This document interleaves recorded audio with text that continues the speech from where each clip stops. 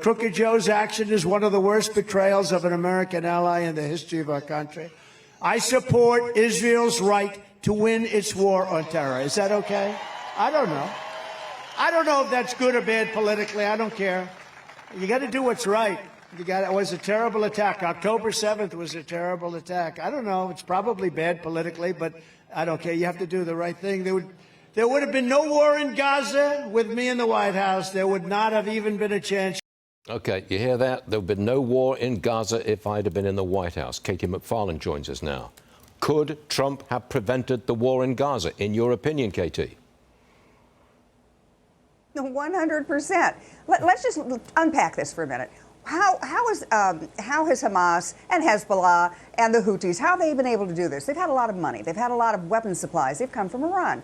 How has Iran had the money to do this? Because of Joe Biden's energy policies. Because Joe Biden stopped having the sanctions on Iran, had energy prices, oil prices go sky high. That meant Iran got rich, probably to the tune of $100 billion.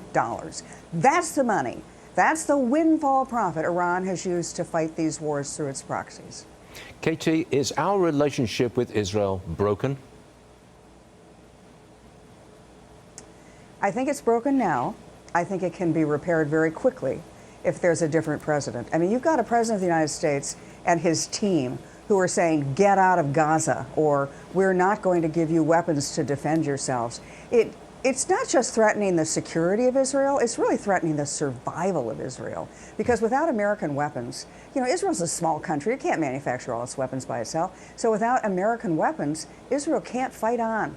You know, it'll fight alone. They've said that they'll fight on alone, but they need American weapons to do it. So he's really, you know, he's somehow allowing Hamas to win this war. Because if Israel doesn't finish the job, what happens to Hamas?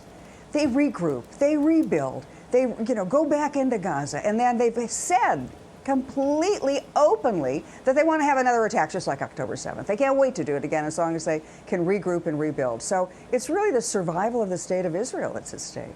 I'm trying to imagine what's going to happen when the fighting dies down at some point, or whatever point that is. People are going to say the Israelis broke Gaza, so you can pay to fix it. And American weapons broke Gaza, you can help pay to fix Gaza. I can see demands for money coming from all over that we pay and the Israelis pay. Am I right? Well, here's the problem right now. There's aid going into Gaza, for example, but it's not going directly to the Palestinian people. It's going to Hamas, and then Hamas distributes the aid. All the aid that's ever gone into Gaza has been handed out. It's sort of filtered through, flowed through Hamas, which is used, for example, cement. Instead of building schoolyards with cement, they built tunnels with cement. So we're already rebuilding, and if you can rebuild without Hamas in the middle of that, you know, taking its cut, and deciding who gets what, then you might be able to have a functioning state. When Israel left Gaza in 2005, it was an economy that worked. Now it's an economy that doesn't work because Hamas takes it all for themselves. Got it. Katie McFarland, always good. Thanks for joining us this morning. We always appreciate it, too. We'll see you again soon. Thank you. Thank you.